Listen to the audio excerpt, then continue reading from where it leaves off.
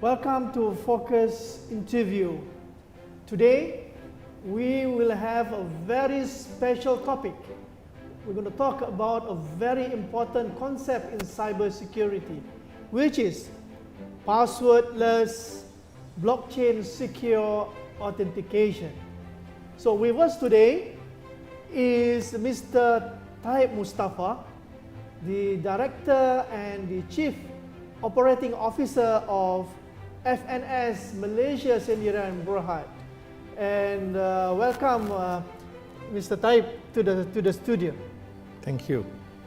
Okay, today we will talk about a very important subject in cybersecurity. Yes. And the audience has also seen the preamble or the beginning of this solution, which is the concept of passwordless blockchain. Yes. So now, with that, Encik Taib, let me start with the first segment of our discussion today, Okay. which is the fundamentals All right. of cybersecurity, the concepts of passwords. First, let us talk about the issues of passwords in the real world. What you have been in cybersecurity for many years. Yes. I think before this you have been in Telecom Malaysia. We have known each other for more than 20 years. So now let's talk about the problem of password. Okay. Go ahead. All right. Assalamualaikum and thank you for being here. On behalf of FNS Value as well as FNS Malaysia Sendirian Berhad, we'd like to take the opportunity to thank Dato' and also SPC for this specific focus on blockchain authentication, which is our vision and our mission is to create a safer world with a passwordless blockchain authentication. That means there is always a problem with identity and password. So as we know, password has been with us generations since the start of IT, since the mainframes that we have to get use of to have an ID, name, and also a password. As we all know that password is a key critical access authentication for us to get into our digital or application services or network. What happened is that over the years, our cyber attackers have found means and ways and vulnerabilities within the password systems. And we have grown to see that we try to fix the problem, still evolving around identity and password. We add in a multi-factor authentication, we add in additional layer of authentication, which is okay for security, but in terms of performance, inconvenience to the user, to the customers that use identity and password, and all the regulatory requirements that require to change the password every 3 months, and then we have to have a set of password that we need to comply with, and this all becoming an issue of inconvenience and also not satisfaction coming from the user's point of view. So in the digital world today, when we all talk about very fast, very easy, convenient, it's very critical for our digital users. So anytime, at any time, any place, anywhere, when they want to have access to their digital services provided by the digital service provider, what they expect? Number 1 is security. Yeah. Number 2 is trust. Okay. Number 3 is privacy. Yeah. But all these 3 must come with very fast, very convenient way of accessing to their digital services. Right. So here you are offering a solution to the long years of problems in authentication, which Correct. is password. What you know, something that we remember. Jazz 1 2 3, ABC 1 2 3, and all sort. And then I can pass my PIN number to my other partner. My PIN number is 1 2 3 4 5. So these are the issues surround password. Yes. So now you are talking to us about passwordless. Correct. Yeah. So as a counter to having a password, now you are proposing passwordless. Correct. Let's talk about it a little bit. Okay. What do you mean by passwordless? Are we not going to have any more password? Yes, basically the digital world today, as we have experienced in so many years, try to protecting our password. And there's no way that we can protect our password there because it is based on a centralized system, centralized database. Even though we do all the authentication, the layers of authentication, it's still being stored centrally. Okay. And this is something that is vulnerable to hackers, whether it's insider threats or outsider threats. And again, when we talk about passwordless, so we get rid of the whole issues that are related to password. Yeah. In maintaining a password, in securing a password, in having the password change management, in the operating and managing, administering the users that having the password. So passwordless give a new venue for us in the cybersecurity world to protect our digital access to our services. That means it is fast, it is convenient, and most importantly, it's secure. Right. That's what it means by passwordless. Okay. So now we have a passwordless yet secure. Yes. So now, I think that there are quite a number of important terms, or I would say technical terms, that let's talk about it so that our audience can also comprehend it together. Now, you have quite a number of key concepts here. Passwordless is one, we have discussed it. Right. Next is about blockchain secure authentication. Now, you are removing the password, now you are offering a blockchain and with secure authentication. What does it mean? Or in short, BSA. I think we may use the term BSA quite often after this. So what do you mean by blockchain secure authentication? Okay. Basically, blockchain secure authentication is a blockchain-based authentication and verification using a blockchain technology that is very secure in terms of the proof of trust and everything is within 3 seconds of authentication that we are offering. That is our guarantee. And within that 3 seconds of authentication, using the proprietary technologies of our MRIC, MDV, our CAN chain, kernel chain, and our OTSK, which is one-time security key. This is the one that replacing the current password. The one-time security key will be created during the user access. And within that 3 seconds, we use this one-time security key to be distributed with all the other mobile users, the community, the ledgers. So basically, they are the one that doing the verification. And we'll go into that in much more detail. Yeah. So now you're talking about blockchain is being used to provide a secure authentication. Correct. Very interesting.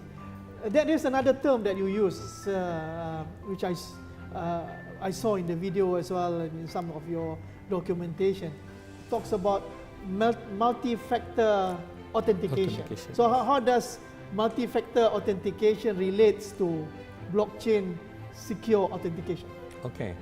So when we talk about multi-factor authentication, and multi-factor authentication has been around since I think early as 2015.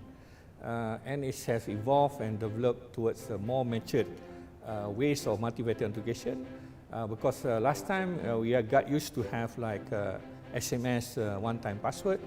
As we all know that one-time SMS password also have vulnerabilities and sometimes there's some middleman attack to one-time password using SMS.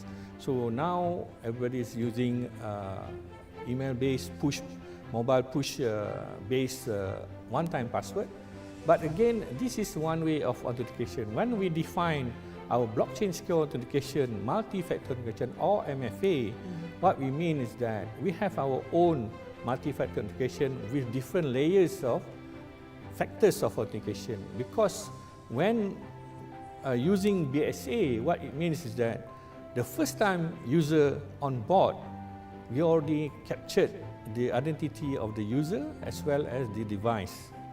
That's number one. So we use this device information and also the user information using our MRC to create the one-time security key every time the user call for authentication. So that will be the combination of several factors. Correct. Multi-factors.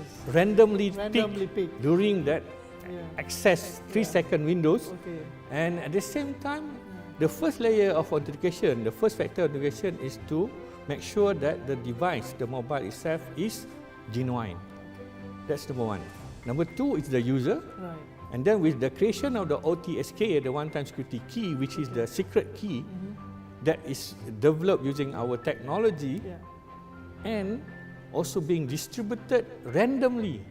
Okay. So meaning that when we create that one-time security key using random data or information from the device and from the user and being distributed randomly, so there is no point of hackers to come in and tell where it is the data at one particular time. So we basically create, there is no point of vulnerabilities or no point of hackers to come in and try to hack the data or the information at one particular time. So as we guarantee that within 3 seconds, the authentication will be completed with our multi-factor authentication. So now, after it's completed using our blockchain authentication, we add another layer of multi-factors of authentication using the users, what they know. So they use their biometric, they use their face biometric, their thumbprints, they use their own PIN, they use their own that is provided and only known by the user through their mobile. So when we talk about multi-factor authentication, currently today the technology only provide on the mobile-based multi-factor authentication. They don't provide based on the blockchain multi-factor authentication. So our strength is that we provide both. We provide our own multi-factor authentication using blockchain, and we also provide multi-factor authentication coming from the user side. The private data that we don't cap, but only the user knows themselves, which is their own biometrics, their own PIN, their own icon. So these are all the keys or factors of authentication during the transaction. Right, we create a seed, it's an initial seed that goes through the algorithm that create a one-time security key, security session key or something like that. Okay. Right, now let's talk about the technology of BSA. BSA again it stands for blockchain secure authentication. So let's talk about components of the technology within the architecture. 4 components here. You described just now also as well. MIRC stands for multiple unique identifiers. What is this MIRC in short? Okay.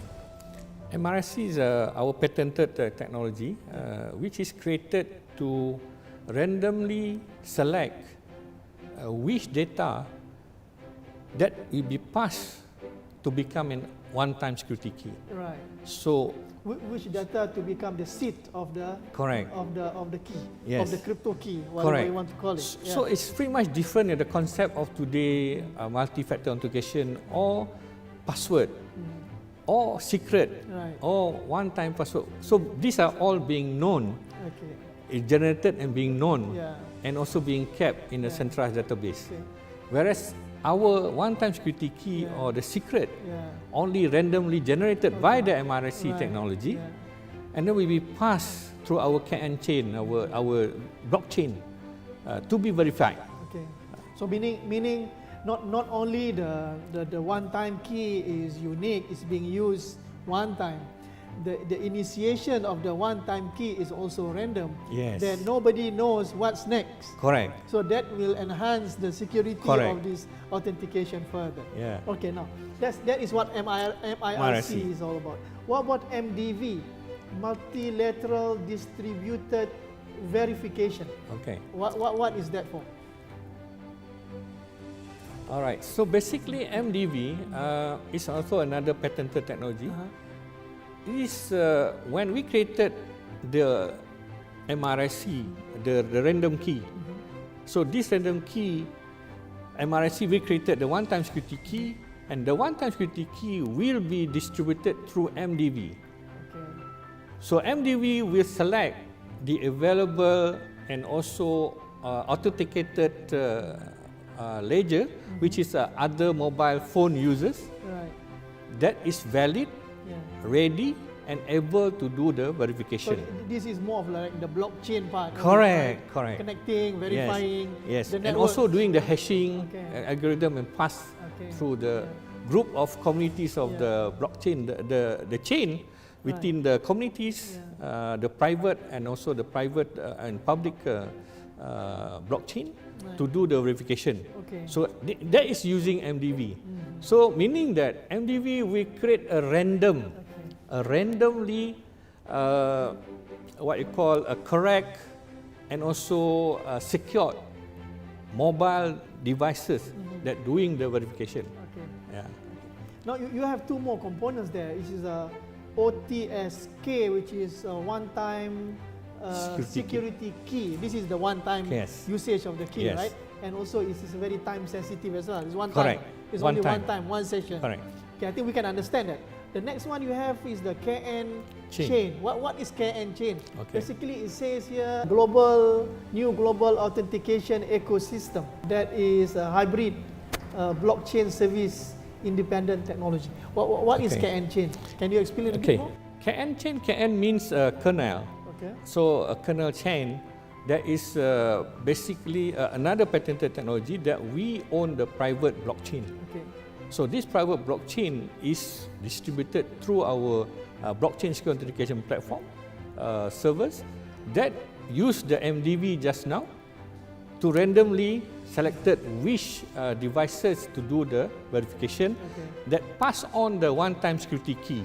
So this one-time security key will be distributed through MDV via the KN chain, the kernel chain, then will be verified by each of the nodes Okay.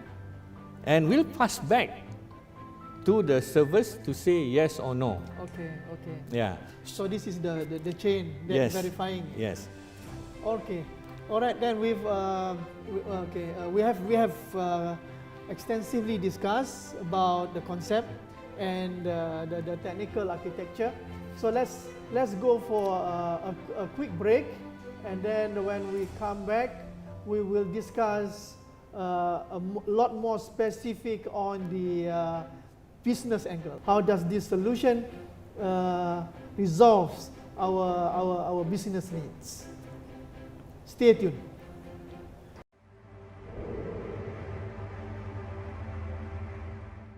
Super, fast, easy, safe.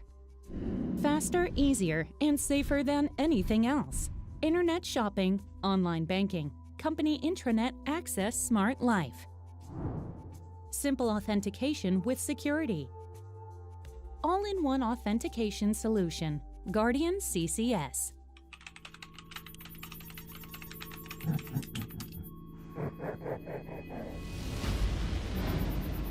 The main target of hacking is passwords. Anyone with a password can be targeted at any time. Guardian CCS in life. Smart work, access, ID input without any inconvenient passwords. User confirmation message arrives, logging into the company intranet. If this is you, please approve. Press the OK button to confirm the connection is complete. Smart shopping payment. When you choose what you want to buy, enter your ID without typing in the password that you always forget. User confirmation message arrives. Payment request. Please confirm your identity. Press the OK button to complete the payment. The Guardian CCS Core technology. Kernel Chain Core, our hybrid blockchain network, technology for high-performance trust and security. MIRC. The authentication method combines multiple user factors for strong security key creation. OTSK fundamentally blocks the risk of hacking by automatically deleting authorization information after completion. DMV maximizes security through distribution of multiple verification points based on the independent kernel chain. Easy internet shopping, quick access to the company intranet, fast internet banking, and financial transactions. No need for passwords or any other equipment. The next era of technology within seconds. Smart life with your mobile device. Guardian CCS. Welcome back to the show. I would like to welcome Mr. Nizari Muhammad from Singapore, and he has been in the banking industry for over 20 years with different roles with different international banks, 15 countries with JP Morgan and Courts RBS as well as Citibank before. So welcome Mr. Nizari to the show together with Mr. Taib Mustafa, the director as well as the Chief Operating Officer of FNS Malaysia Sendirian Berhad. Welcome to the show. Okay. Thank you, Professor Jess. Yep. Right, now moving to the most interesting segment of the discussion, the business angle. Let me start first with Mr. Taib. Your product, your solution, it has BSA on cloud, BSA on click, BSA on premise. Yes. What does it mean? All right. Can you explain more? Sure. We provide the flexibility in terms how we deliver the services, the solution to our customers. As if the customer prefer to have it on cloud-based solution, then we have our TM1 Cloud hosted the solution as our technology partner, as also our business partner, TM1 Telecom Malaysia. And if we also provide a two-way of basically pricing, so it can be per user license as well as on click. So BSA on click per click is use-based services. You just use as many click and then we bill you at the end of the month. So it gives more flexibility, especially to the small medium enterprise, those that have preference to have the services first before the payment. And the third one is on-premise. On-premise, we provide this flexibility where for government, for the defense industry, for banking, financial services that are regulated and more comfortable to have it on-premise. Okay. So meaning that the whole platform can be deployed on-premise at your own data center, managed by your own people, and we provide the technology platform that which integrated to your own internal services. Okay, all right, understand. Now next, moving on, I would like to zoom into applicability of this passwordless blockchain secure authentication or BSA. I'm talking to Mr. Nizari. I think you have been in Singapore financial institutions for so many years, over 20 years, and Singapore financial system has been the compass of many financial systems in Southeast Asia. Now, can you tell us how would you yourself, from your experience, perceive this solution of passwordless blockchain secure authentication? Would the Monetary Authority of Singapore accept a solution like this to be incorporated? Okay, I think to answer your first question was that does BSA helps the financial sectors in Singapore? The answer is basically yes, because in the MAS Technology Risk Management Guideline, there is a clause 9, which talks about user access, right? And this user access basically talks about password, your IAM, identity access management, and for the past 20 years, right, this clause has been the bane of every single financial institutions. They will always be finding, you can never get escape from it because, as you know, password can easily be hacked. One, two, phishing is prevalent, right? And even though you ring fence it with top-notch technology like CyberArk and all those tools that we found, your password is still be deemed as the weakest point, right? So my thought process is with the BSA solution, it totally eliminates the use of password. And by eliminating the use of password, it also eliminates the queries or the audit from the MAS clause 9, that is password access. Yeah, so yes, it will definitely help the banking industries if they were to adopt the BSA solution. What about Malaysian perspective? No?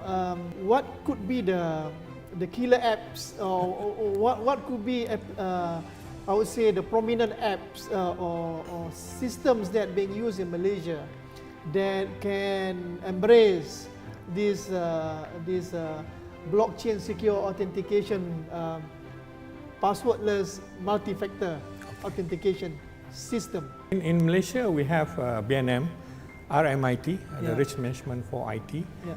We specifically regulate the use of how to protect the ID and passwords, and also to regulate and every banking financial institution licensed by BNM must have a report every month. So it's become something that is non-productive means of both the banking service provider to comply to these password requirements of BNM RMIT, as well as to the user, to the customer that have access to the banking system. Because every 3 months they have to change their password, and the administrator from the bank side also need to change and manage any related issues to the password. So when we produce and promote banking services, especially for digital banking services, passwordless, blockchain authentication, multi-factor authentication. So that makes life easier for both the banking service providers that provide digital, as well as for the user, the customer, because of the convenience, the trust, the fast authentication, and it's secure. So it's also protect their privacy and compliance with our PDPA 2010, and also makes the user own the authentication layer with their own mobile authentication system. Okay. So what we are offering to the digital banking services is that we provide BSA at the back end as a white label that still can use Maybank to you, they can still use CIMB Click, but without password. So that's what makes the difference in terms of convenience, fast and security for both the service provider, the banking service provider, as well as the customer that use the system. So that makes a lot of difference in terms of the customer experience. And we're also looking at, for example, a lot of other government's application as well. For example, like MySejahtera, our national digital ID, the up and coming the national mobile application. If we still stick to ID and password, as we know that we have a lot of problems with our data, protecting our data, and I think for the past few months we see that our data is being broken, being sold in the dark web, the dark net. So one of the ways of protecting our data first is to have the blockchain secure authentication with a multi-factor authentication, passwordless. Okay. So that's the first security that we need to add in. Let's go next in terms of ease of use, Okay. and also the cost of operation. All right. So by adopting this solution, would it be cheaper, easier, or it still become complex and nightmare? All right. I think when we design the solution, the platform, it's always be convenience by design for us, meeting the privacy by design, the trust by design, security by design. But the platform that we created in the API, the SDK that is available to work with any application, whether it's a web services, cloud-based application, on-premise, on cloud. So we basically making sure that the application is easily integrated with the current digital services. For example, if the banks require eKYC, eKYB, then we integrate it together with BSA. That is to provide a seamless customer digital onboarding for the service provider, digital service provider. So the platform itself is flexible enough whether you want it to have it on cloud, you want to have it on premise. But the most powerful thing is that we actually own the source code of any of the integration. We make it possible, we make it fast, and then it's reduce the cost of the operation, because in terms of the license, regardless of how many applications connected to your services, it's always be chargeable through per click or per the user license. And we have a volume-based tiering pricing to make sure that the cost, the higher the volume, the lower the cost of your operations. So if we replace, for example, your SMS OTP, if we replace your currently traditional MFA, it also reduces the cost of operation in managing your identity and password management, your IAM, your single sign-on, and also all the back-end operation, your help desk, your call center, that managing the password or any password-related problems of your users or your customers. Okay. And Mr. Nizari, your thoughts on this? Yeah, if I'm a CIO, I will basically be very interested when Mr. Taib talk about cost, right? So it is, I think it is a correct push when he mentioned about cost, because in any organization, cost is something that is grappling or that it can bring up or down an organization. From my understanding of the product, right, that the product is interoperable, whether you're using iOS or you're running on Android, right? It's similar, and that's the, I would say, the key enabler, right? The key enabler for any organizations to move from the legacy platform to a new platform. So if the interoperability is seamless and it's easy to use, I see no reason why organizations should not take this BSS solution as a first step to go to passwordless. Okay. Maybe can you share with us the success stories of this application in Korea?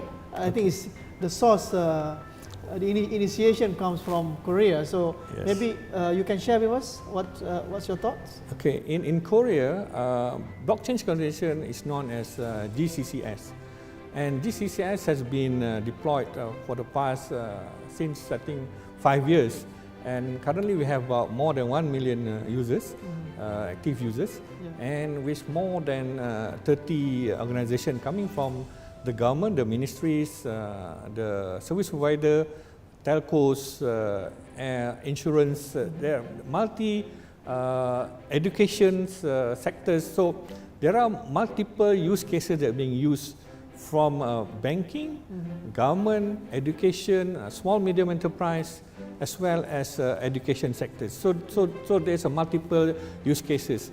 Why? Again, it's security. Number 2 is trust, privacy, fast and convenience. Okay. So these are all the factors in terms of the cost. It is very, very much smaller cost compared to the current traditional ID and password or any traditional multi-factor authentication. Right. Okay. Maybe last but not least, will these apps go through some kind of security assurance? Okay. Okay. Yes, basically we are in the process of getting our BSC to be tested under the ISO 15048, which is a common criteria. We are working together with Cybersecurity Malaysia in doing that.